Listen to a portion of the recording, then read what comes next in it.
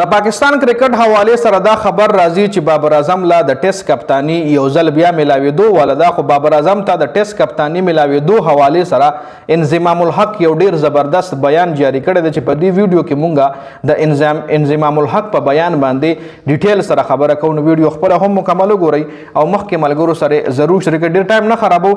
انضمام ریسنټلی ټویټ کړی دی. انضمام د پاکستان چې کم سابقه کرکټر دی غویل دي چې ریسنټلی خبرې چلی چې بابر اعظم ته دوباره د پاکستان د ټیم کپتانی ملاویږي. نو بابر اعظم ته د پاکستان د ټیم کپتانی دا وخت ځکه نه دی ورکول پکار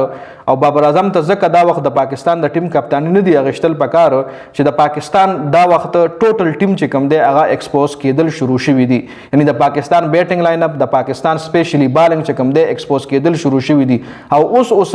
دا کم چې یوټیوبرز دي او کم جرنالست دي نو د بابر اعظم نه هټاو شوی دی په نورو کلاړیانو باندې تبصری شروع کړی دي. مخکې به چې پاکستان میچ بایلو نو غلطی به د شاهین افریدي و یا به غلطی د حارث رؤف او تنقید په بابر اعظم باندې شروع غلطی به د نسیم شاه و غلطی به د فخردمان و غلطی به د شاداب و غلطی به د سلمان الیا و غلطی به د سایم ایوب و غلطی به د عبدالله شفیق و او تنقید به په بابر اعظم باندې کېدو. نو انضمام وایي چې اوس خو لا زمونږ یوټیوبرز او زمونږ چې کم صحافیان دي جرنالست دي نو هغوی د بابر اعظم نه اله خپل تنقید لرې کو په نورو کلاړیانو باندې شروع کو. نو که چېرې اوس بابر اعظم ته دوباره کپتاني ملاویږي نو تنقید روخ په یو ځل بیا د بابر اعظم طرف لشي. نو بابر اعظم له پکار دی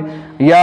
پاکستان کرکټ بورډ له پکار دی چې دا کپتانی فی الحال یو کال نیمه بابر اعظم خپل هم ناخلی او پاکستان کرکټ بورډ هم ولا نه ورکي. ځکه یو کال نیم کې به علم له پته ولګي چې د پاکستان د ټیم غلطي کم ځای کې و کم ځای کې کم کلاړي بار کول پکار دي کم کلاړي خراب پرفارمنس کړی کم کلاړي ټیم بهتري طرف ته نزي نو هغه د ټیم نه لري کول پکار دي. دا خو هر سړی په بابر اعظم باندې تنقید کوي بابر اعظم باندې بس بد وای نور د ټولو خراب پرفارمنس کم دی د بابر اعظم په تنقید باندې پټ شي بس هر سړی بابر اعظم ګوره میچ په پاکستان بایلی 10 په نور کلاړیان هم وي د بابر اعظم نه علاوه په نورو 10 به تنقید نه کیږي او په یو بابر اعظم باندې به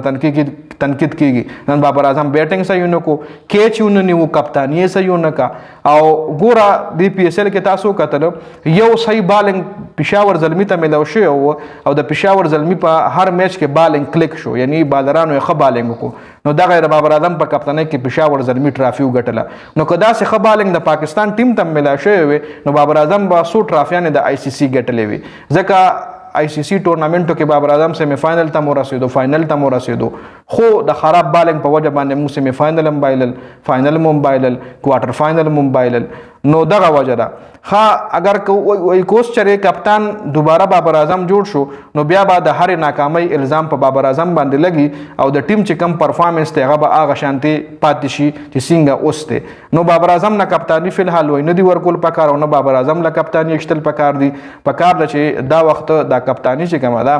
هغه بل سړی وي او دا ټیم مکمل ایکسپوز شي هر کلاړي ایکسپوز شي او د جرنالست او د یوټیوبرز خیال د نورو کلاړیانو طرف تمشي د بابر اعظم نه وړي. نو یو ښه خبره ده زه ورسره اګري کېږم بابر اعظم له دا وخت کپتاني نه ده ایستل پکار. بابر اعظم دا وخت صرف او صرف په خپل بیټینګ باندې فوکس کول پکار دي. ایله خو به بالران ایکسپوز شي ایله به نور کلاړیان ایکسپوز شي.